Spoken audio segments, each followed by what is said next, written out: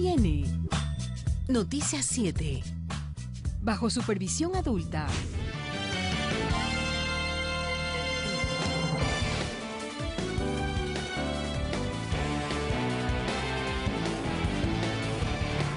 Jueves 9 de marzo de 2017. Bienvenidos a Noticias 7.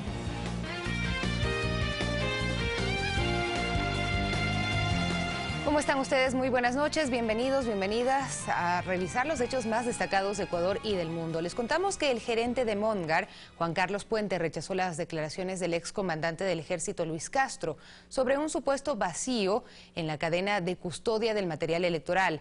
Puente abrió las puertas de Semexpo en el norte de Quito para constatar el proceso de seguridad con que se arman los kits electorales. Desde el ingreso a Semexpo, miembros de las Fuerzas Armadas filtran la entrada a estas instalaciones. Y es que al interior opera Mondgar, la empresa contratada por el Consejo Nacional Electoral para armar los kits. Su gerente, Juan Carlos Puente, nos cuenta que la compañía tiene experiencia en 8 elecciones en las que ya participó ofreciendo sus servicios. Estamos trabajando en esta área en el kit de sobres para cada junta. Son 7 sobres que van en cada junta. Todos tienen un código de barras diferente y el paquete de láminas para data de escritorio, actas de seguridad. En cada mesa, en cada lugar de trabajo, hay una persona del Consejo Nacional Electoral que permanentemente nos hace control de calidad. Este miércoles ya recibieron parte de las papeletas electorales. Nosotros recibimos las papeletas individuales, son blogs para cada junta, blogs que contienen aproximadamente 330 papeletas, lo dice en el código de barras, son perfectamente selladas, termoselladas y tienen una etiqueta con código de barras y con chip. Así viene del IGM. Así viene el IGM y así llega a cada delegación provincial y hasta el día de las elecciones de cada junta receptora del voto. Estos kits electorales del exterior ya están armados. Previo a ser cerrados necesitarán contar con la presencia de autoridades del CNE, Fuerzas Armadas, Policía Nacional y de Cancillería. Se prevé que sean enviados entre el 15 y 16 de marzo al exterior. 40 personas del CNE se encargan de los controles de calidad en cada proceso. Además, cuentan con un sistema de seguridad al interior de Semexpo. Tenemos 21 cámaras de seguridad y, por supuesto, las Fuerzas Armadas tienen acceso a estas cámaras. Para que estén listos, los kits pasan de 12 a 15 filtros de seguridad. Por ello, Puente cuestiona las declaraciones efectuadas por el excomandante del ejército Luis Castro. No tiene fundamento y, como le digo, nosotros no tenemos acceso a manipular documentos ni papeletas electorales. Mientras en los exteriores, 40 miembros de las Fuerzas Armadas se encargan de la custodia del lugar. Olga Velasco, Ecuador TV. Un acuerdo y manifiesto público fue firmado entre el ex candidato presidencial por el Movimiento Compromiso Social, Iván Espinel, y el ganador de la primera vuelta electoral, Lenín Moreno. Con base en los principios del Estado Constitucional de Derecho y de Justicia, y luego de una consulta a las direcciones nacionales y provinciales, así como a las bases del Movimiento Compromiso Social, sus principales dirigentes, encabezado por el ex candidato presidencial por esta agrupación política, Iván Espinel, se decidió formalizar el apoyo para la segunda vuelta electoral al candidato del Movimiento Alianza País, Lenín Moreno Garcés. Nuestras propuestas han encontrado puntos concordantes con las ofertas de campaña de Lenín. Hemos resuelto para esta segunda vuelta y le decimos al país que hay que votar por Lenín Moreno Garcés a la presidencia de la República. Y son más los ideales que unen a ambas agrupaciones políticas que las diferencias, destacaron. Por ello, es necesario gobernar con la convergencia de los distintos sectores, señaló el candidato Moreno. Aquellas personas que, reconociéndose diversas, sepan perfectamente que hay demasiados elementos en común y demasiados elementos también que hay que rechazar, que hay que despojar de nuestra idea de futuro, como el hecho de querer retornar a un pasado de miseria, a un pasado de opresión, a un pasado de ignominia. Ese pasado no vamos a permitir que regrese jamás. La participación de la juventud es determinante para el desarrollo del Ecuador, añadió. Por ello, considera necesario crear una Secretaría de la Juventud. De que la universidad siga siendo gratuita, que la educación siga siendo gratuita. Y con mecanismos que permitan combatir uno de los males históricos del mundo y del que el Ecuador no ha estado exento, la corrupción. Detectar la corrupción con apoyo de Naciones Unidas, porque Naciones Unidas tiene una convención de lucha contra la corrupción, permitirá detectar a los corruptos del pasado, del presente y aquellos que se vayan presentando en el futuro. Advierten de la necesidad de un cambio, pero uno que permita desarrollar transformaciones más profundas, a favor de quienes más lo necesitan, de los sectores que han sido beneficiados en esta década, dijeron, pero que consideran deben fortalecerse desde una acción integral. Eduardo Córdoba, Ecuador TV. Y también el Partido Nacional Centro Democrático y Fuerza Compromiso Social manifestaron que apoyarán en la segunda vuelta el binomio Moreno-Glass. Analistas de temas políticos concuerdan que se trata de alianzas que guardan coherencia ideológica. En el caso de la posición adoptada por el partido de Jimmy Jairala, el analista Alan García reflexiona que se trata de un acuerdo natural, por lo que por varios años el ahora Partido Centro Democrático ha mostrado en términos ideológicos. Yo creo que Jimmy Jairala es un hombre de centro izquierda, un hombre progresista, lo ha demostrado en su tarea como prefecto de la provincia del Guayas, en su alianza con Alianza País en esa provincia, y es una conexión obvia. Con respecto a Iván Espinel, el politólogo Raúl Salgado considera que se trata de una agrupación política joven con anhelos de posicionarse a futuro en el marco de un modelo de país que les da fin. Tener en cuenta que ambos son bastante nuevos y también tienen que tratar de posicionarse para posibles presentaciones, para posibles roles en el futuro, ¿no? Entonces, creo que le está llevando ahora a enfocarse en esta posición y centrarse más bien en el discurso de izquierda. Alianzas que resultan positivas desde esta perspectiva en el afán de gobernar un país y también en la orientación clara hacia el electorado. Si es que hay un trabajo conjunto de tiendas políticas con programas y con visiones ideológicas cercanas, es mucho más fácil llegar a consensos, es mucho más fácil tener gobiernos estables. En un escenario donde se han evidenciado comuniones solo con el objetivo electoral, García describe lo que ocurre del centro hacia la izquierda como una estrategia coherente. Siempre tuvieron una línea parecida a la de Alianza País, por lo cual no resulta extraño que ellos se hayan juntado para ir a la segunda vuelta. Aunque tanto para la izquierda como para la derecha de cara al 2 de abril los votos no son endosables, se establece que esta unidad servirá en la medida en que la población discierna entre un galimatías político y una propuesta ideológica clara que busca continuidad en el marco de la equidad y el priorizar al ser humano por encima del capital. César García, Ecuador TV. Y más organizaciones sociales anunciaron su apoyo y respaldo a la candidatura presidencial de Lenín Moreno. Así lo manifestaron en Quito. En el alma del pueblo montubio. Primero fue el turno de organizaciones de pueblos montubios, quienes salieron a desmentir que desde este sector se haya ofrecido el respaldo al candidato de la oposición, Guillermo Lasso. Denunciamos que están visitando asesores del banquero Lasso las comunidades montubias, ofreciéndoles el Banco del Estado, ofreciéndoles Ban Ecuador. Ratifican desde su parte el apoyo al binomio de Alianza País conformado por Lenín Moreno y Jorge Glass. El pueblo montubio del Ecuador respalda la propuesta de Lenín Moreno y Jorge Glass. Estamos aquí para ratificar el respaldo que dimos en la primera vuelta. En la coalición de organizaciones sociales, que aglutina a otros colectivos, también se pronunciaron.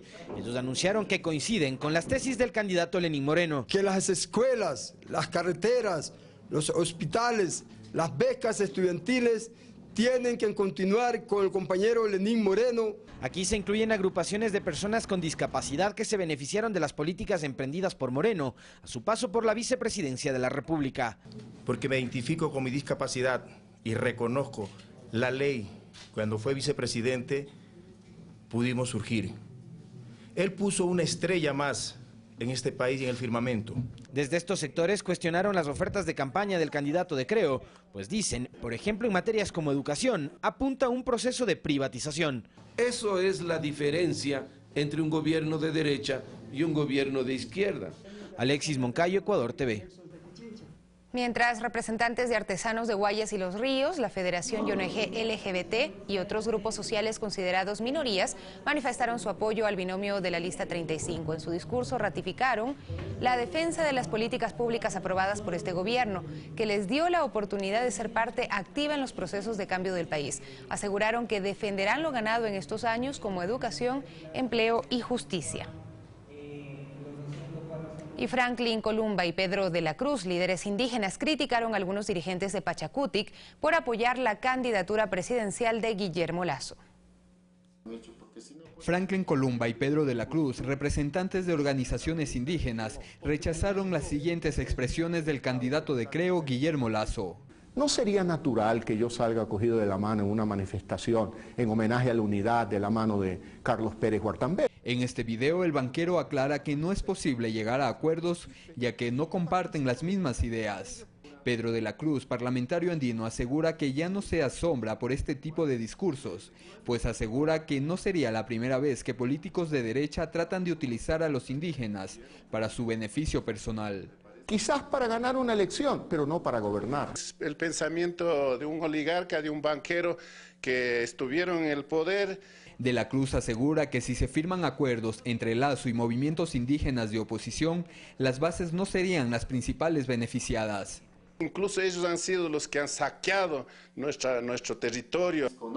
Franklin Columba, dirigente de la Confederación Nacional de Organizaciones Campesinas, Indígenas y Negras, FENOCIN, comparte el mismo criterio sobre Guillermo Lasso. Que a él no le interesa el sector indígena, que este señor simplemente lo que quiere es captar el poder para seguir haciendo de las mismas como vivíamos 10 años atrás. Los dos líderes indígenas coinciden en que el apoyo que brindan estos dirigentes al candidato de derecha no es más que el odio a un proyecto político. Más vale a las personas conocidas que han hecho algo importante por este país, por personas que ya fueron conocidas, que destruyeron este país. Y hacen un llamado a la ciudadanía, en especial a sus comunidades, a pocos días de la segunda vuelta electoral. No nos dejemos engañar de los lobos vestidos de ovejas como es señor Guillermo Lasso. Quizás para ganar una elección, pero no para gobernar. Tampoco es que en homenaje a la unidad aquí vengamos todos, no. Rodrigo Galvez, Ecuador TV.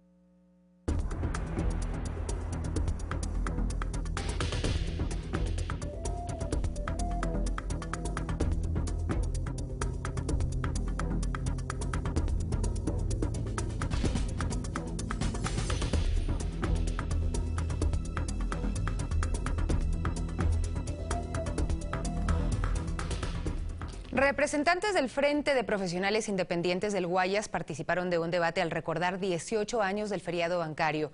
El espacio de diálogo permitió evaluar los cambios significativos del país en los últimos 10 años.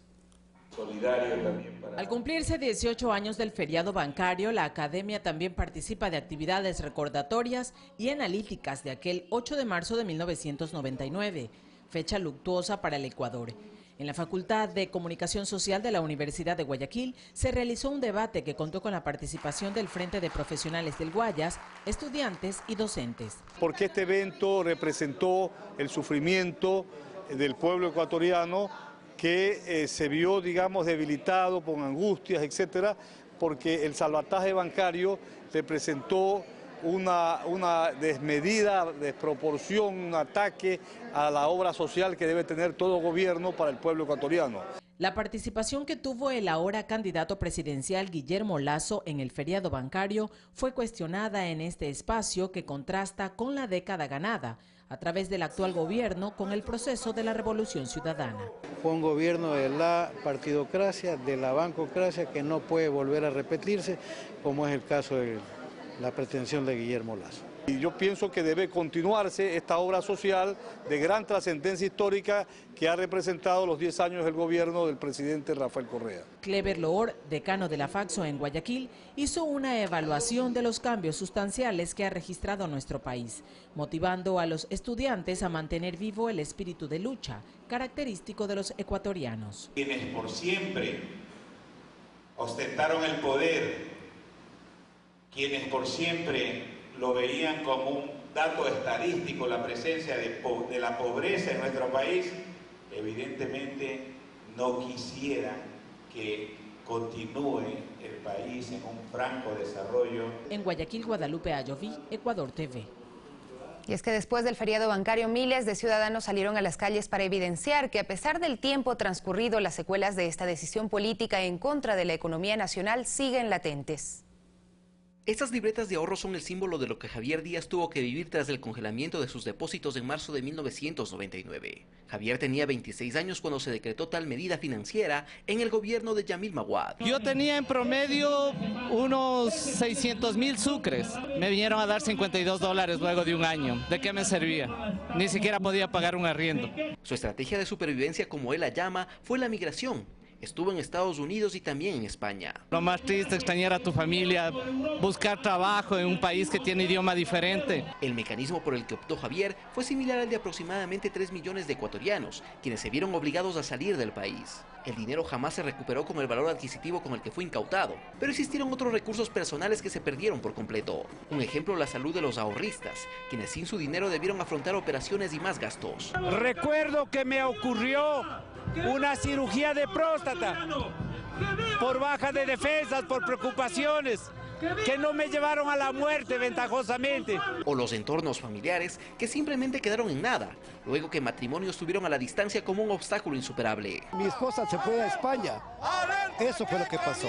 Y hubo divorcios, y mi hermano se divorció, nunca más regresó. Son cosas que 18 años después no se pueden olvidar, y que por lo menos mediante una movilización social quisieron evidenciar lo que ellos dicen, que la conciencia y la memoria son cosas que no se compran con dinero. Alex Llanos, Ecuador TV.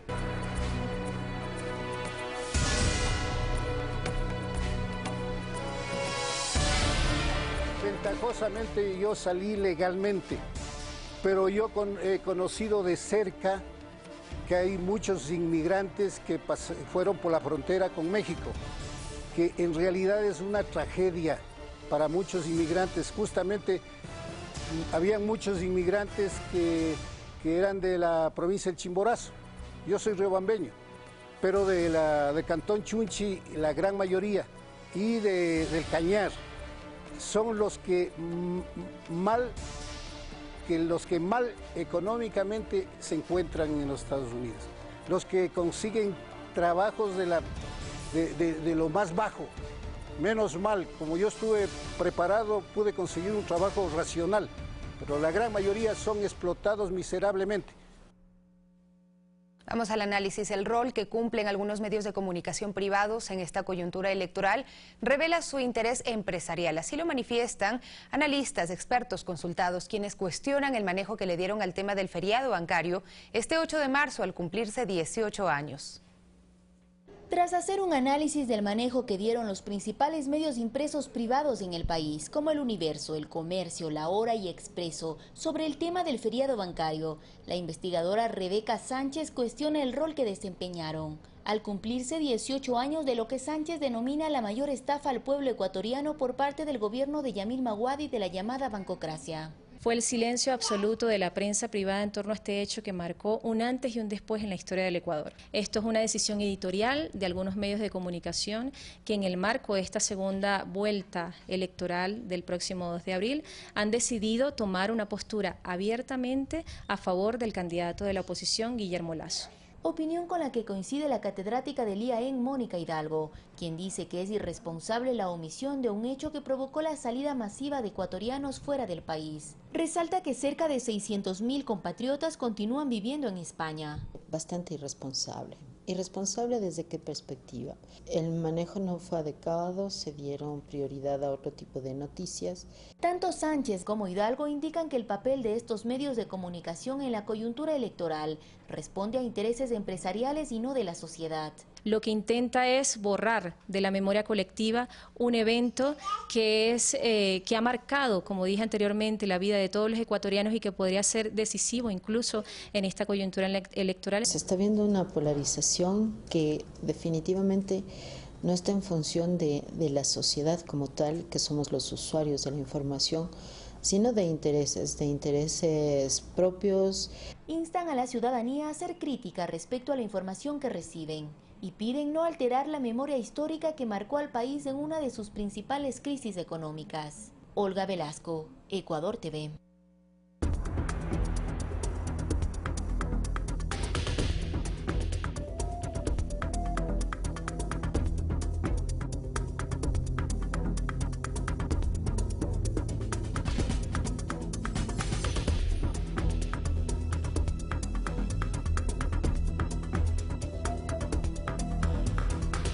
El dirigente laboral Fausto Dután criticó a los llamados Banco del Barrio. Asegura que son una nueva forma de explotación laboral.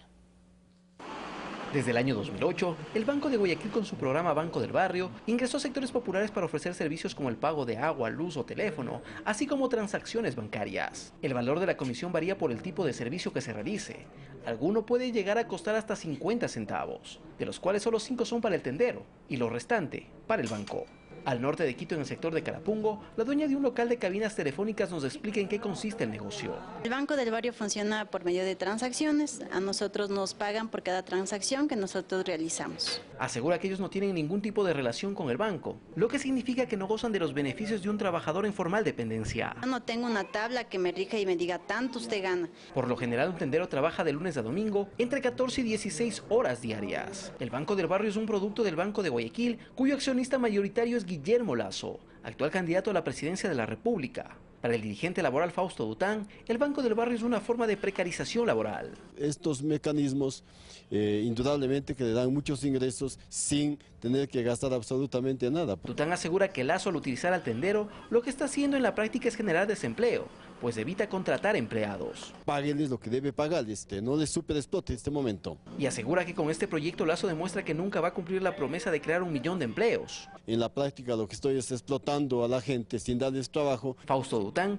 compara a Lasso con Mauricio Macri, actual presidente de Argentina. Que tazo económico es tan agresivo que de la noche a la mañana millones de gente han quedado sin trabajo, y por otro lado tenemos en cambio un total y absoluto enriquecimiento de la noche a la mañana de los banqueros. Alex Llanos, Ecuador TV.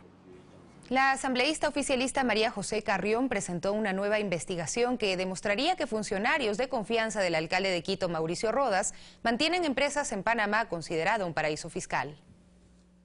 Se trata de un trabajo de investigación que develaría que 2 funcionarios cercanos a la administración del alcalde Rodas tienen, según explicó la presidenta de la Comisión de Fiscalización de la Asamblea, María José Carrión, capitales en paraísos fiscales.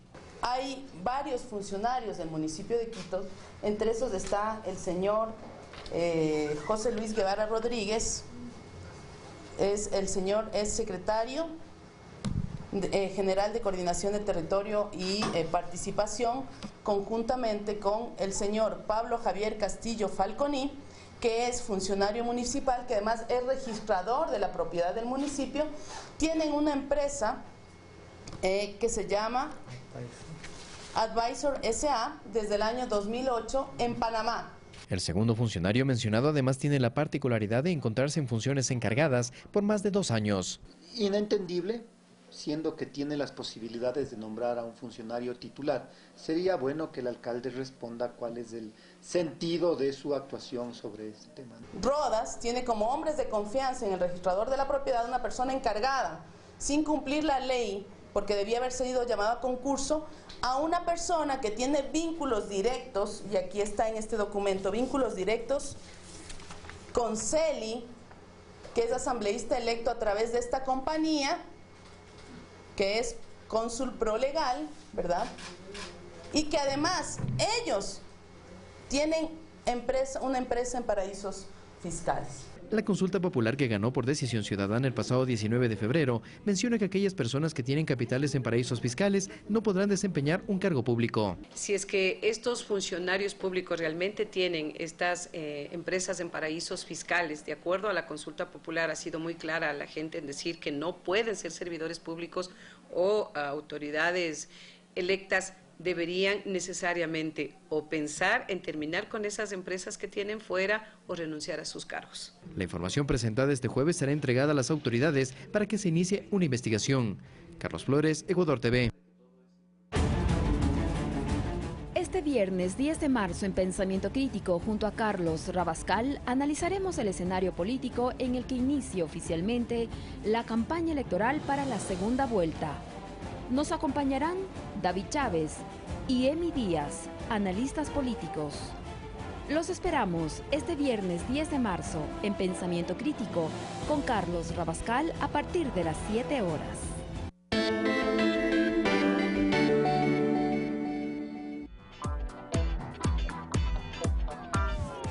¿Ustedes quieren que Ecuador sea Venezuela? Que no es sino otra cosa que el modelo venezolano. ¿Qué hay detrás de la llamada venezolanización del Ecuador? ¿Tiene el socialismo ecuatoriano iguales características al modelo de Venezuela? Este jueves, Mundo al Revés aclara las preguntas de la mano de Miguel Ángel Pérez Pirela y Mariclén Stilling en una entrevista que no podrá perderse, con miras a la próxima campaña electoral. Mundo al Revés, hoy, 22:15.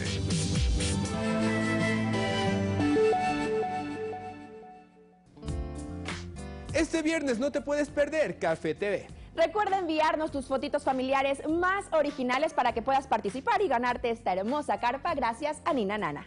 Como todos los viernes, tendremos al reportero urbano y muchas sorpresas más. ¿A qué hora? A las 8:30 de la mañana por Ecuador TV.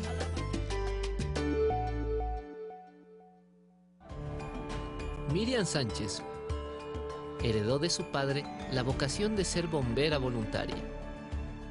Es por eso que desde hace 2 años forma parte del cuerpo de bomberos y es un orgullo para su comunidad. Mujer tenía que ser. Este sábado 11 de marzo, el Enlace Ciudadano 515. Conoce las actividades del presidente Rafael Correa. Sábado 10 horas, en Zumbagua, provincia de Cotopaxi, Estadio Parroquial.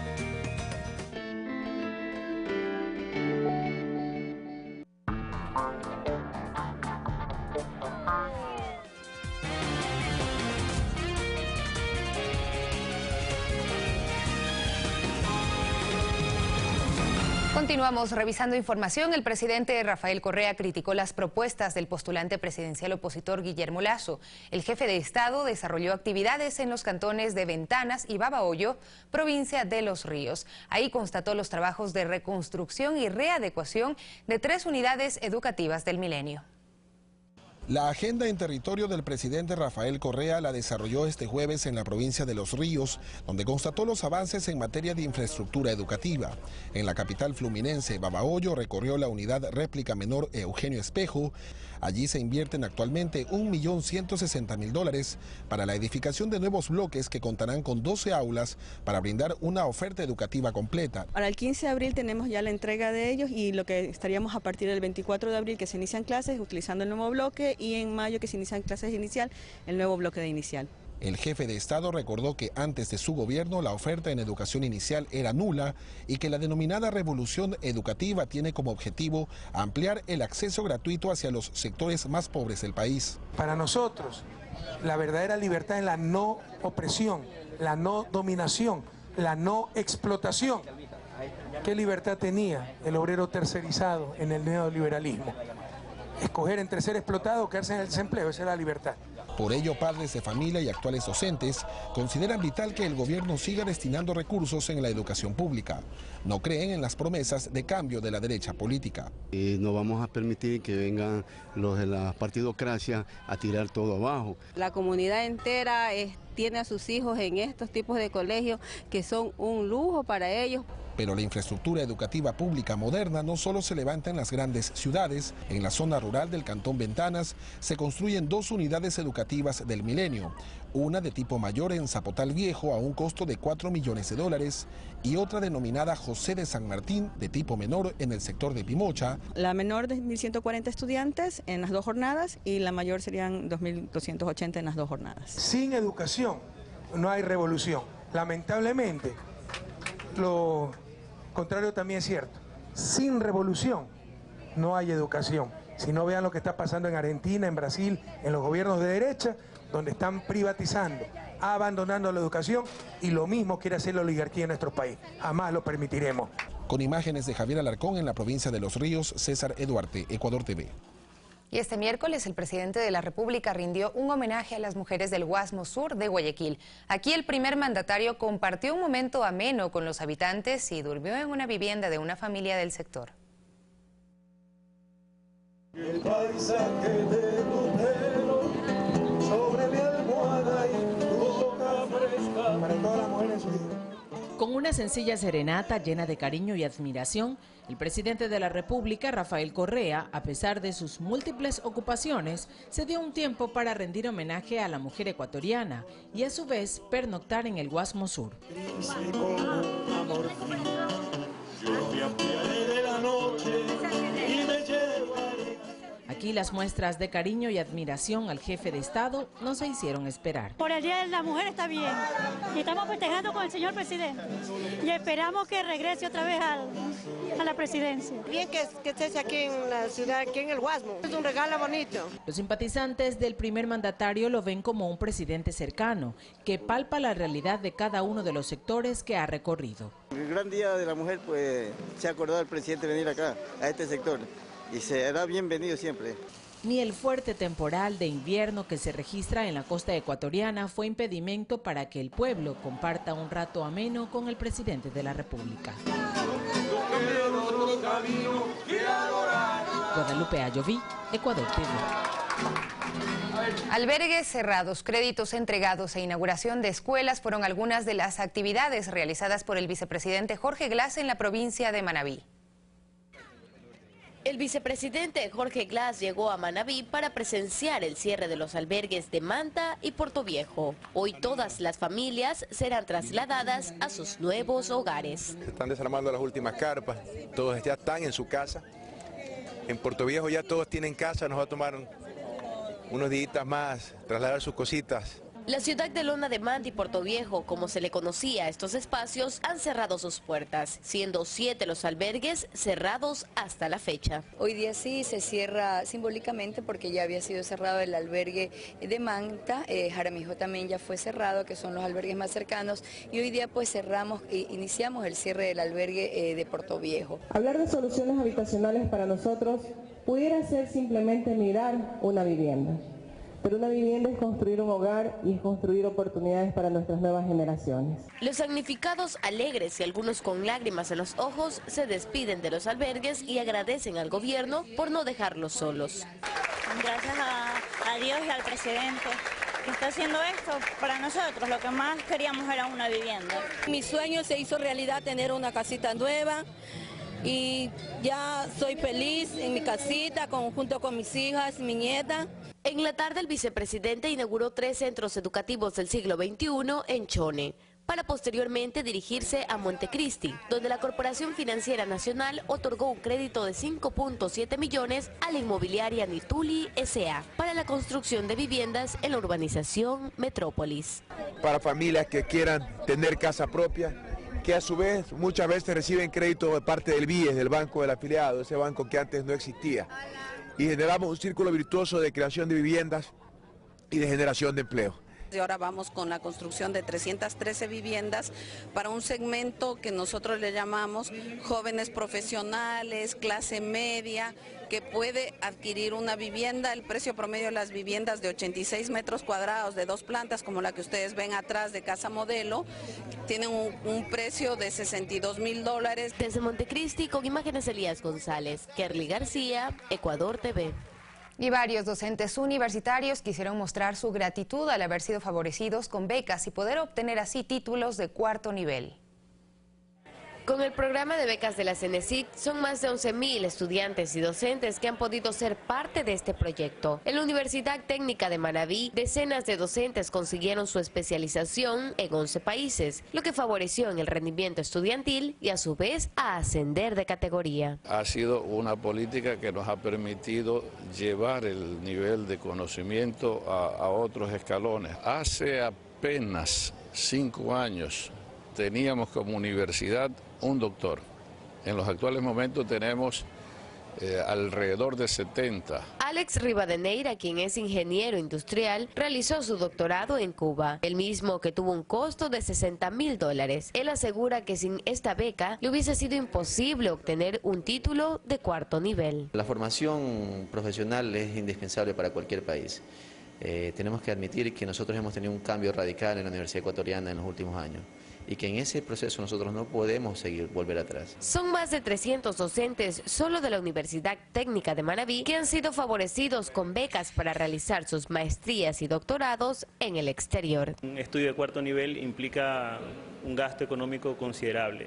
Es difícil pensar que la media de la población pueda tener acceso a un nivel de educación de ese tipo si no se cuenta con un apoyo. Lo que pienso es devolver todos los conocimientos a los estudiantes principalmente para poder recuperar y de alguna manera darle valor agregado a lo que el gobierno está haciendo por nosotros. Sin embargo, hay muchos docentes que aún están en el proceso académico de especialización y temen a la propuesta del candidato Lasso de suspender el programa de becas. No, ¿quién quiere eso? Si es un estudio superior que tiene costos muy elevados, sería endeudarnos para pagarlos en qué tiempo. En lo personal estoy un poco preocupada que eso ocurra, porque nosotros, por ejemplo, estamos concluyendo nuestros estudios doctorales todavía. Desde Puerto Viejo, con imágenes de Elías González, Kerly García, Ecuador TV.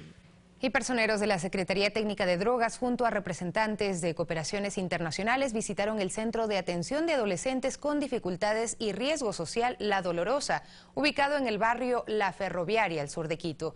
Aquí se constató cómo jóvenes con distintas adicciones reciben un tratamiento integral. Es un lugar donde se labra una segunda oportunidad.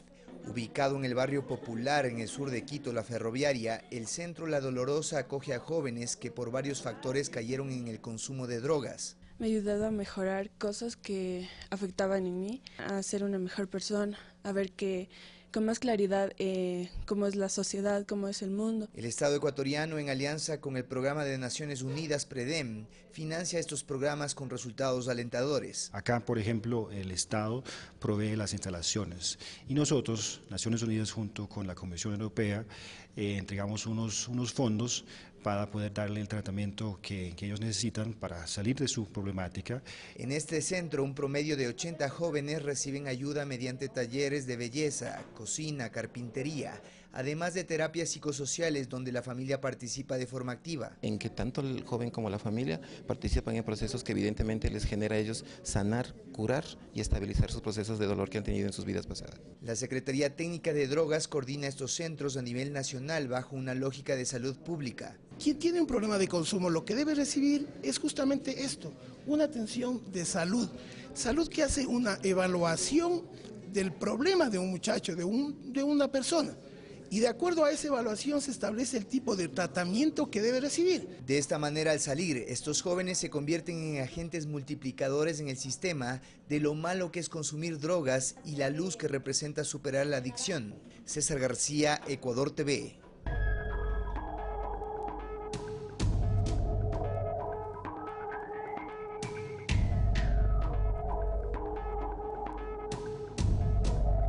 Tras no obtener una respuesta del gobierno argentino, el gremio de docentes decidieron continuar el paro por 24 horas más. A su pedido de un aumento en sus salarios, se suma el reclamo a frenar los miles de despidos que provocan el cierre de las fábricas. En Argentina se vive el cuarto día de paro de los maestros y docentes, quienes exigen al gobierno de Mauricio Macri el aumento de sus salarios, además en protesta por las políticas económicas, el desempleo y los tarifazos. El inicio del ciclo escolar nuevamente se suspendió debido a que el sindicato docente de la provincia de Buenos Aires, la más poblada del país, y al frente de las negociaciones, dispuso que la huelga se extienda otras 24 horas. Están los jubilados, están los maestros, o sea, todo tratando de reivindicar un sueldo justo que les alcance para vivir, para llegar a fin de mes.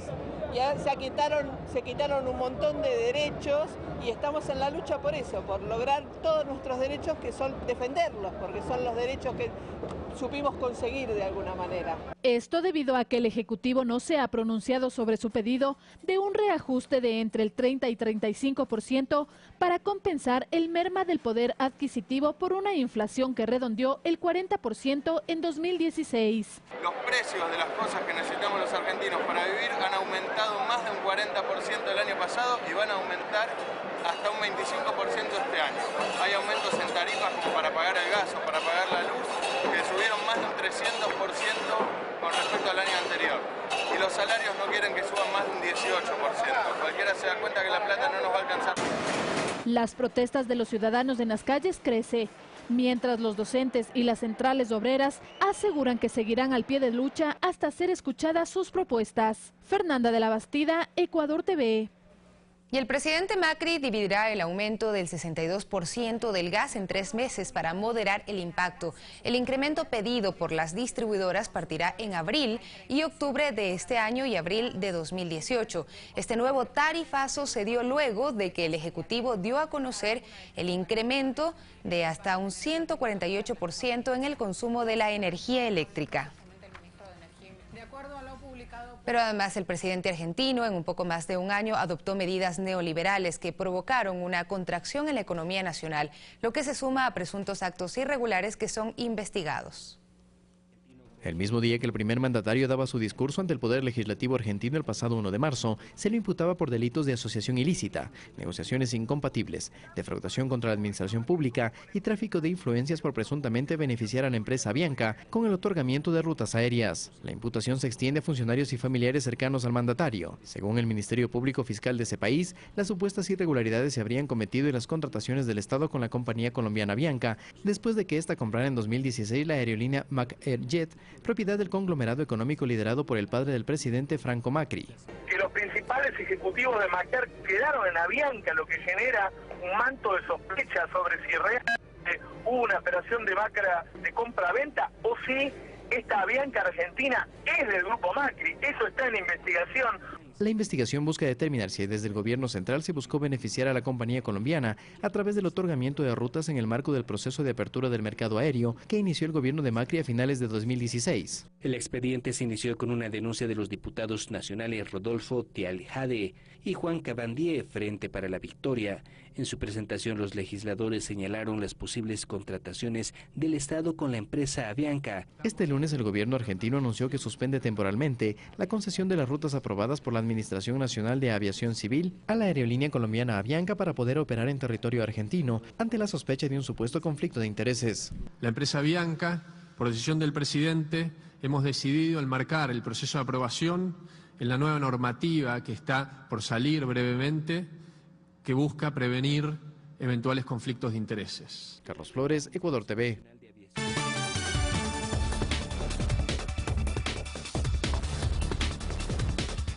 Revisamos las noticias del mundo. Durante una conferencia de prensa a través de Internet, el fundador de Wikileaks, Julian Assange, respondió a la CIA, luego de que la agencia de inteligencia aseguró que las revelaciones ponen en peligro a los estadounidenses. Esto ante la difusión de Wikileaks sobre los programas de la CIA que permiten penetrar en ordenadores, teléfonos y televisores inteligentes. La CIA desarrolló un arsenal gigante, lo que parece ser el mayor arsenal de troyanos y virus del mundo, que ataca a la mayoría de los sistemas de los periodistas, gente del gobierno, políticos. No lo aseguró. Luego parece haber perdido el control de él y ha ocultado este hecho. Miles de venezolanos se movilizaron en Caracas en el marco de la celebración del Día Antiimperialista en este país. El presidente Nicolás Maduro destacó que América Latina ha levantado su voz para repudiar el intervencionismo. Además hizo un llamado a Donald Trump para mantener el diálogo. Fue un 9 de enero cuando el expresidente Barack Obama calificó a Venezuela como una amenaza para la seguridad. Queremos relaciones de diálogo y respeto con el presidente Donald Trump y que no repita los errores de Obama y de George Bush con Venezuela ni con América Latina. A 33 ascendió el número de muertos en Guatemala por un incendio en el centro de acogida Hogar Seguro Virgen de la Asunción. Las autoridades revelaron que los jóvenes sufrían abuso sexual, físico y psicológico, además del hacinamiento, ya que el centro tenía capacidad para 400 personas, pero convivían 1000. La Fiscalía inició una investigación, ya que en el momento del incendio los menores de edad estaban encerrados y bajo llave, lo que dificultó la evacuación. El presidente Jimmy Morales decretó 3 días de duelo nacional, mientras que los familiares de las víctimas colocaron velas y flores en los exteriores del centro y exigen la entrega de cadáveres y el estado de salud de los heridos. Otros temas: un ataque en una estación de tren en Alemania deja varios heridos, mientras que el ciclón Enawo deja 5 muertos a su paso por Madagascar. Tenemos más noticias en el siguiente resumen. Un hombre atacó a varias personas con una hacha en la estación de trenes de la ciudad alemana de Düsseldorf y dejó al menos 7 heridos, 2 de ellos mujeres. La policía detuvo a un presunto sospechoso que resultó gravemente herido cuando huía de la estación. Otras 2 personas también fueron detenidas por las fuerzas de seguridad. El secretario de Relaciones Exteriores de México, Luis Videgaray, llegó a Estados Unidos para mantener encuentros con altos funcionarios de la administración de Donald Trump para analizar temas de migración y comercio. En rueda de prensa, Videgaray rechazó una vez más la posibilidad de separar familias. México es un país soberano y solamente México decide, en ejercicio pleno de su soberanía, quién entra a México y quién no entra a México. En Siria rescatan con vida a varios niños atrapados bajo los escombros por bombardeos de las fuerzas del gobierno de Bashar al-Assad, mientras que el presidente de Rusia, Vladimir Putin, mantuvo un encuentro con el primer ministro de Israel, Benjamin Netanyahu, quien rechazó la presencia de Irán en Siria una vez que se logre terminar con el conflicto. Al menos 5 personas murieron, entre ellas un niño, y cerca de 500 personas tuvieron que abandonar sus hogares por el impacto del ciclón tropical Enawo en la isla de Madagascar. El fenómeno meteorológico tocó tierra con vientos de hasta 300 kilómetros por hora. Además, ha provocado deslizamientos de tierras, daños en viviendas y carreteras. Una sorpresiva granizada azotó la ciudad de San Rafael en Argentina. Varios automovilistas y transeúntes tuvieron que protegerse, ya que el tamaño del granizo era como el de una pelota de ping-pong. Las autoridades todavía no reportan el total de daños. Fanny Lara, Ecuador TV.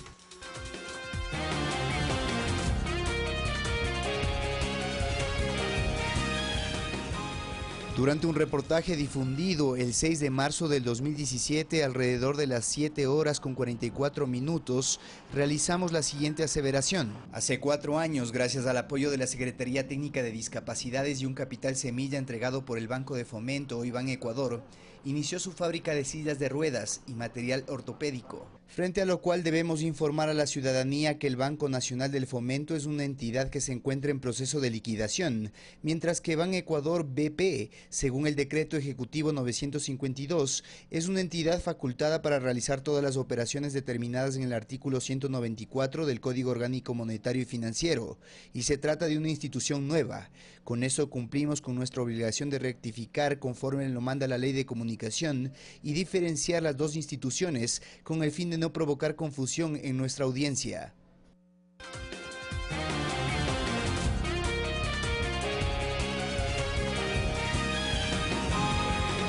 Finalizamos esta emisión de Noticias 7. A ustedes muchísimas gracias por permitirnos acompañarles. No se olviden, enseguida vienen los deportes, luego de Contrabando. No se pierda hoy el programa de análisis político internacional El Mundo al Revés, a las 22 horas con 15 minutos. Conmigo será hasta mañana.